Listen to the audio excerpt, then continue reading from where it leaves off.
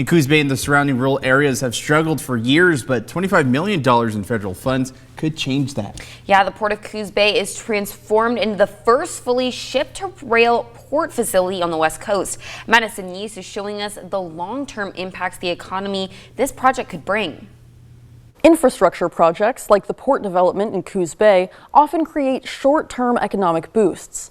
I spoke with Congresswoman Val Hoyle and other local leaders about how this project will reshape the area and translate into long-term growth and job sustainability.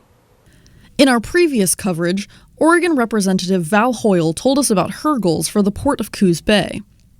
I have been working to make sure that we get federal investment in our ports in the West Coast, on the southwest coast, specifically the Port of Coos Bay, which will bring 8,000 jobs to this region. Today, that plan became reality.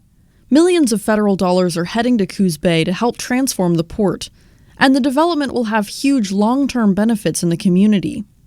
It promises between 2,200 to 2,400 jobs throughout the construction stages, plus at least 6,000 permanent jobs to be added once the port is complete. So fundamentally, we know 8,000 jobs are what we can count on, and then the jobs that benefit because you have more money in the community will be significantly beyond that.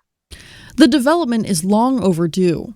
Oregon's South Coast had a booming timber industry in the 1970s and 80s, but when the timber industry crashed, the area never fully recovered.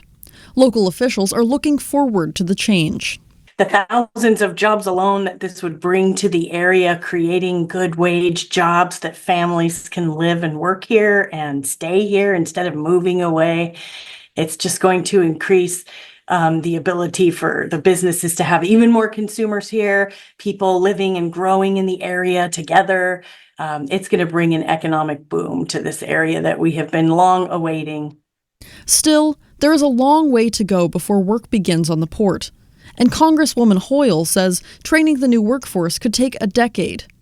But the positive impact on Coos Bay and nearby rural Oregonians will make it all worth it. I'm just excited that this investment will bring back not just money for these jobs currently, but also improve our economy for decades to come.